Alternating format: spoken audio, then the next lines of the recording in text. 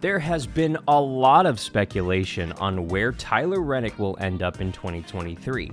Yes, he has a one-year extension with RCR to drive the 8 car, but wait a minute, they hired that Kyle Busch to drive the 8 car in 2023 over at RCR. So where does that leave Tyler Reddick in 2023? Well, a new report says that he might be heading to 2311 early, but what does that mean for Kurt Busch? We'll break it on down today on Shifting Gears. I'm Alan Bailey, and before we get started, make sure you smash that subscribe button to stay up to date on the latest videos and log on to AmericanRacingNetwork.com for the latest motorsports news. ARN, the Motorsports Authority. There has been a lot of speculation as to where Tyler Reddick will end up in 2023. Yes, he is supposed to be driving an RCR Cup car in 2023 and then jumping over to 2311 in a Toyota in 2024.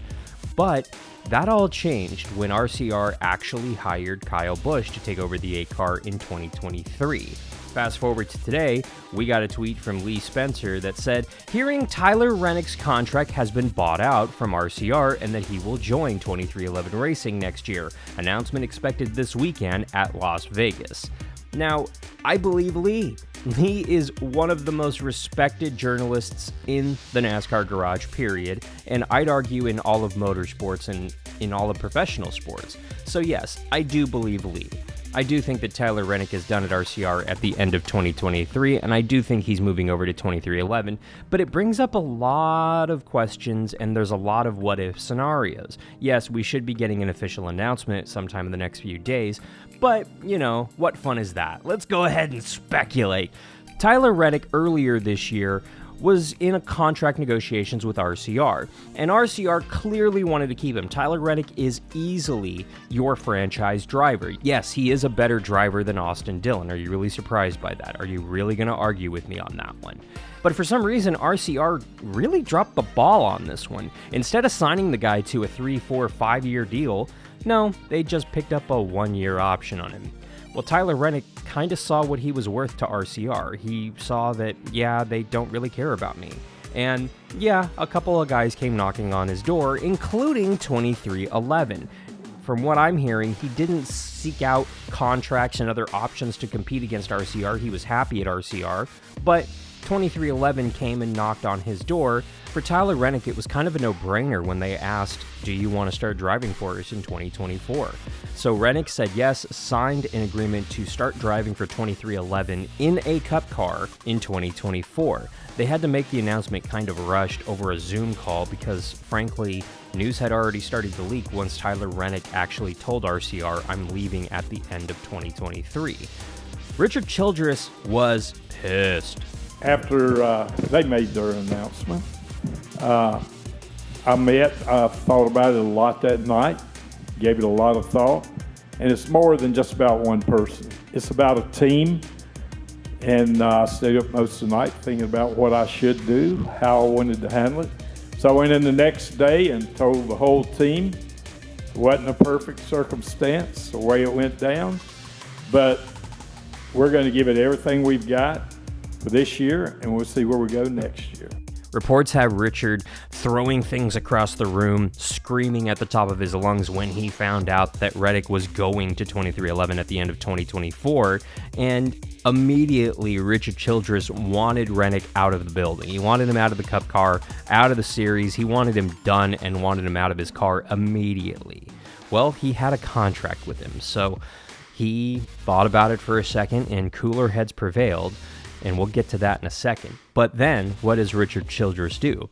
Well, he goes out and he looks for a replacement for Tyler Reddick in the 8 car. And frankly, he was kind of looking at his Xfinity drivers. Austin Hill was a candidate to take over that 8 car as soon as possible, and still was for the most part, up until they signed Kyle Busch to drive the 8 car in 2023 and beyond. And oh, by the way, he signs his son Brexton Busch to an option to drive for him in the Cup Series at some point, which I think would be extraordinarily cool to legitimately see Kyle Busch hand the 8 car over to his son at some point many years down the road. But in that press conference where he announced that Kyle Busch was driving the 8 car in 2023 and beyond, the question came up, where does Tyler Reddick race next year?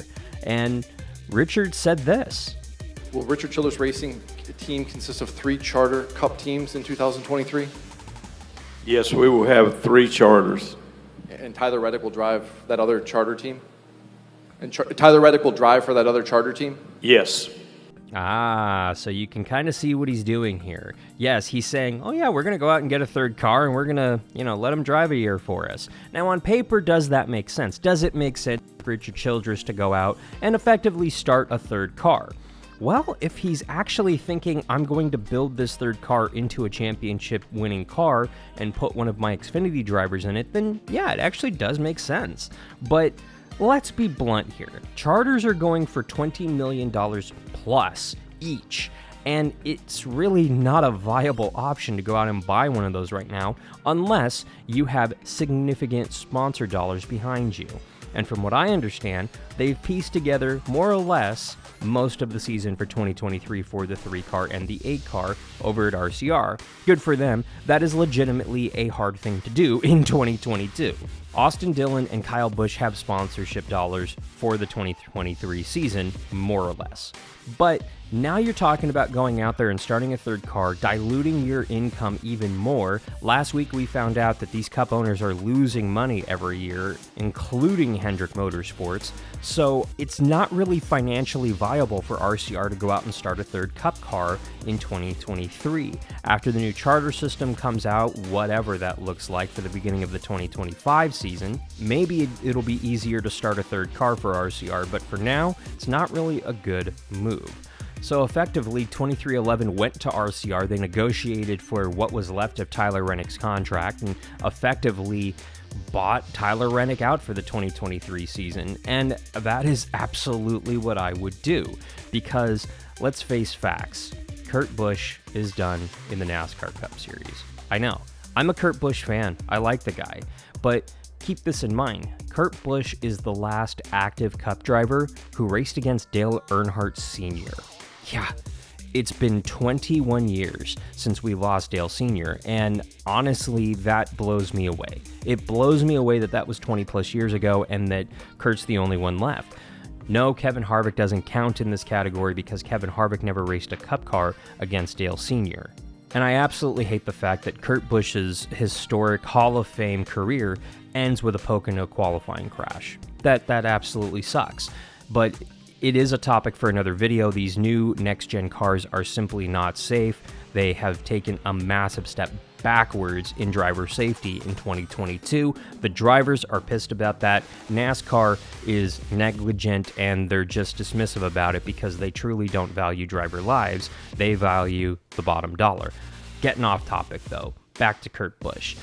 He is a playoff driver. He won at Kansas earlier in 2022, qualified for the postseason, and when you look at his career, the man has accomplished almost everything you can in the Cup Series. Daytona 500 champ, 2004 Cup champ, All-Star winner, Coke 600 winner, multiple wins with multiple cars over multiple decades in the Cup Series. This guy legitimately is one of the best guys who's ever gotten into a Cup car, period. I don't care what anybody tells me.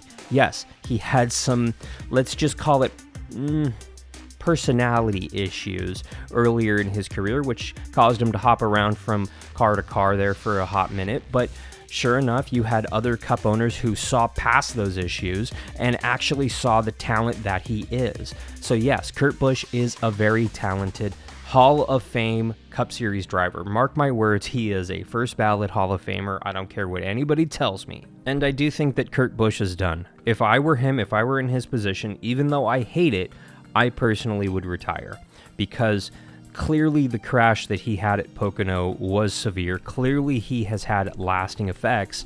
And clearly he probably shouldn't be in a Cup car at all anymore.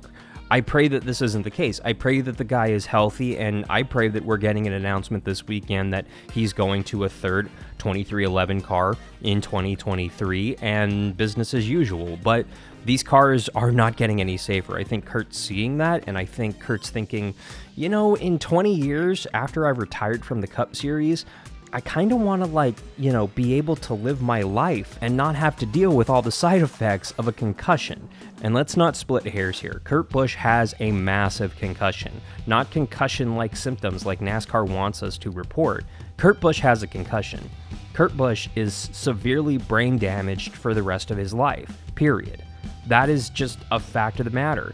And I pray for the guy, sincerely. I hope he has full recovery, and I hope that he does not have lasting long-term side effects of this concussion. But I can guarantee you, if he gets back into a Cup car and takes a hit, he is severely risking the quality of his life for the rest of his life, assuming that another crash doesn't kill him. Because that is where we are in the Cup Series now. A simple rear it into the fence could legitimately kill one of these Cup drivers. I pray it doesn't come to that. So, if you're Kurt Busch, do you go full-time in a third 2311 car? Is that even possible? Another option is that Kurt Busch legitimately could drive a part-time schedule in a third car for 2311. Now, if I'm Kurt, do I do this? Absolutely. You can essentially run a handful of races. You can pick and choose which tracks you want to race on. But if Kurt's concussion and his health is so declined and it is so serious, then he has no choice than to hang it up. I hate to see it, but it is a very strong possibility that that could happen. And when that does happen, Kurt Busch essentially is going to take over an advisory role over 2311. At least Denny Hamlin said that he was definitely open to that possibility, and since Kurt got hurt in July, he's essentially been working with the team in an advisory role, working with the drivers, working with the crew chiefs, and just trying to help in any way he can. He is very much a team player and views himself as a massive part of 2311, and honestly, I hope that he stays on as an advisor so we can still have Kurt Busch in the sport, because that would be extraordinarily cool. But I want to hear what you have to say. Let me know in the comments down below, where do you think Kurt Busch is going to end up in 2023? You think he's going to be in the 45 car, or do you think he's going to be in a third 2311 car part-time? Or do you think he's going to hang it up, retire, and be an advisor for 2311? And how do you think Tyler Reddick's going to do in the number 45 in 2023? Let me know in the comments down below. And since you're there, make sure that you hit that subscribe button and like button to help support the channel. You can also give me a follow on my social media accounts at HeyAlanBailey, and log on to AmericanRacingNetwork.com for the latest motorsports news. ARN, the Motorsports Authority. Thank you so much for watching. For Shifting Gears, I'm Alan Bailey. We'll see ya at the track.